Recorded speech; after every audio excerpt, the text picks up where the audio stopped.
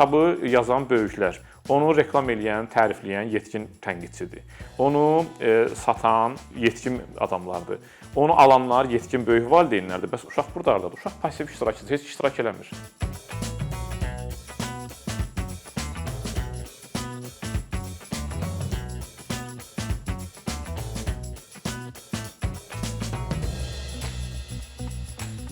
Mən istəyirəm uşaq ədəbiyyatının 5 məşhur kitabından danışım, nəzəri kitabından, amma 6 müəllifdən. Çünki o kitablardan biri 2 müəllifin yazdığı kitabdır.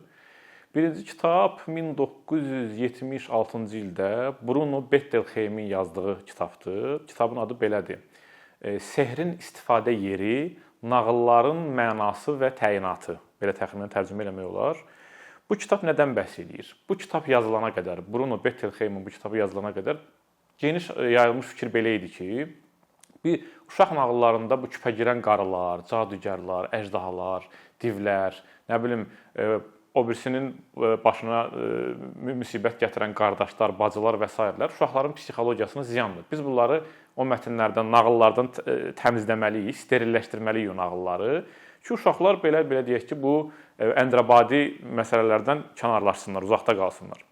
İlk dəfə Bruno Bettelheim bu kitabla isbat elədi ki, yox, bu yalançı sterilizasiya, yalançı təmizlənmə uşaqların xeyrinə deyil, əslində ziyannadır. Çünki uşaq, sən o nağıldan nə qədər o cadugəri, nə bilim, başqasının torba tikən qardaşı, bacını təmizləyirsən təmizlə, uşaq axı gerçək həyatında həyatdan təcrid olunmayıb, həyatın reallıqlarından təcrid olunmayıb. Əslində, ən yaxşı uşağı yetkinləşdirən şey uşaqlıqda elə nağılın o metaforik dili ilə, simvolik dili ilə onlarla qarşılaşmaqdır. Məsələn, özümüzdən nümunə gətirək də. Tutaq ki, Məlikməmməd nağılının bir yerində Məlikməmməd gedir, divləri öldürür, qızlara xilas edir, təzədən gəlib quyudan çıxmaq istəyəndə qardaşları görürlər ki, ən gözəl qız Məlikməmmədə düşəcək, üst qızı, bunun belə deyək, kəndiri kəsirlər, təzədən onu quyuya salırlar, düzdür?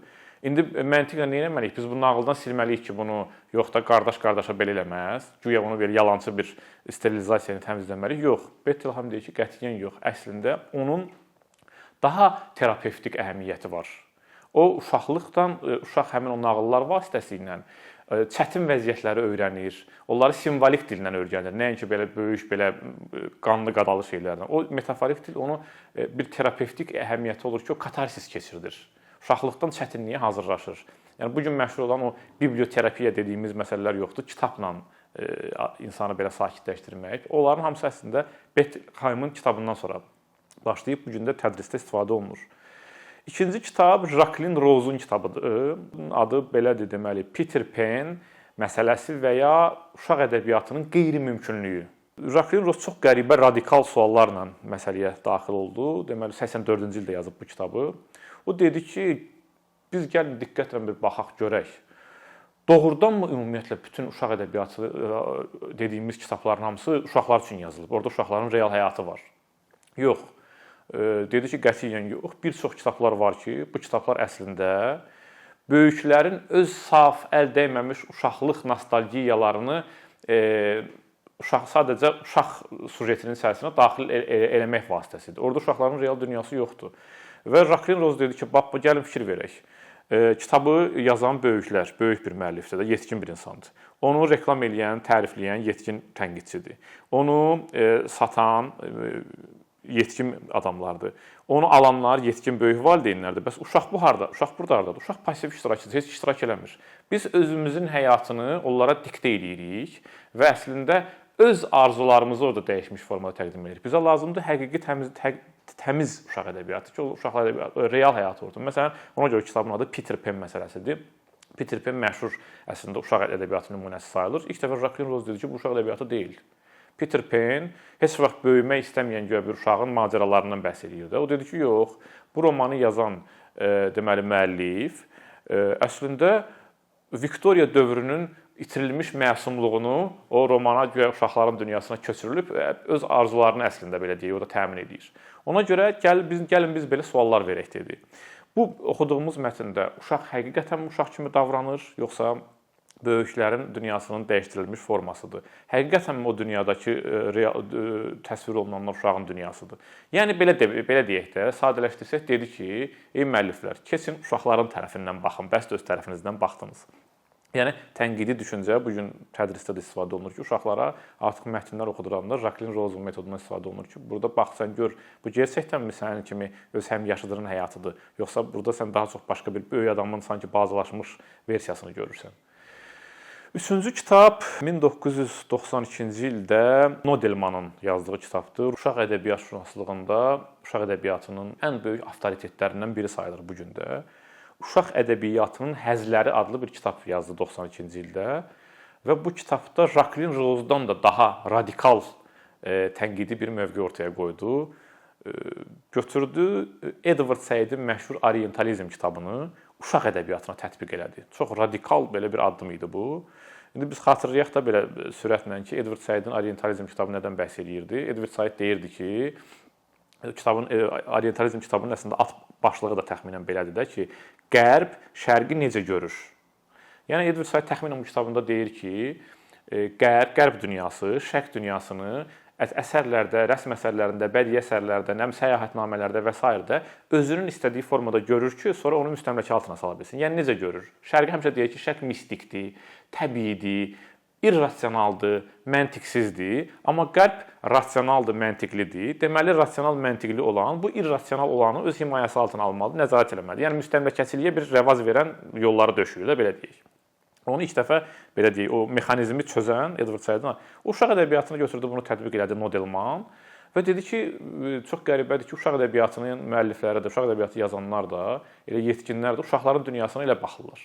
Uşaq deyirlər ki, uşaq vəhşidir, irrasionaldır, emosionaldır və s. Biz ağıllıyıq deyə öz dünyamızın qaydalarını ona tətbiq etməliyik. Məsələn, tutaq ki, burada biz nümunə gətirə bilərik Şərq şərqdir, qərb də qərbdir tezisinin məşhur müəllifi Kiplingin Mauqli kitabını. Mauqli kitabında nədir? Bir meşədə yaşayan bir uşaqdır, ağaclara dırmaşır, asudə, sərbəst, azad şəkildə yaşayır, təbiətlə həmahəng şəkildə. Amma elə olmalıdır ki, o gəlməlidir, o belə deyək, insanların yaşadığı qayda qanunlarının olduğu yerə gəlib onların qanunlarına tabe olmalıdır ki, onu vəhşi kimi yox, insan kimi qəbul etsinlər. Yəni Nodelman deyir ki, bu əslində bu mətnin alt mətni, Kiplingin yazdığının alt mətni ondan ibarətdir ki, sən yəni böyüklərin qaydalarına tabe olmasan, sən istəyirsən uşaq ol, biz səni vəhşi kimi qəbul edəcəyik. Və Nodelmanın yəni bu metodu postkolonial diskursu uşaq ədəbiyyatına tətbiq eləmək gətirib bizim sonradan indi bu gün artıq dünyada əksər yerlərdə, siniflərdə və s. istifadə olunan o metodu gətirib çıxartdı ki, biz tətbiq eləməyə başladıq ki, yəni uşaq ədəbiyyatının içərisindəki müstəmləkəçiliyin qalalarını əslində o toxumlarını darmadağın elədi Nodelman ki, yox, uşağın özünün öz dünyasına olduğu kimi baxmaq lazımdır. Ora nəsə yəni elə mətnlər yazmalıyıq ki, uşaqlarımızı elə böyütməliyik ki, uşaqlıqdan onlara müstəmləkəçiliyin gözü qıpıqlığını aşılamayaq. Bax bunu ilk dəfə Nodelman gətirdi və ona görə də avtoritetlərdən biri sayılır. Dördüncü kitab 90-cı illərin ortalarında əslində bir məqalədə ortaya çıxan, sonradan kitaba da daxil olan deməli Rudin Sims Bishop'un yazdığı bir məqalədir. Məqalə kimi məşhurlaşıb deyə o məqaləyə istinad edəcəm mən. O deməli bu məqalənin adı belədir: Güzgülər, pəncərələr və sürgülü şüşə qapılar. Rudin Bishop uşaq ədəbiyyatı dünyasına ilk dəfə multikultural və inklüzivlik anlayışını bir belə deyək, yanaşma kimi gətirən müəlliflərdən ən əsaslarından biri sayılır.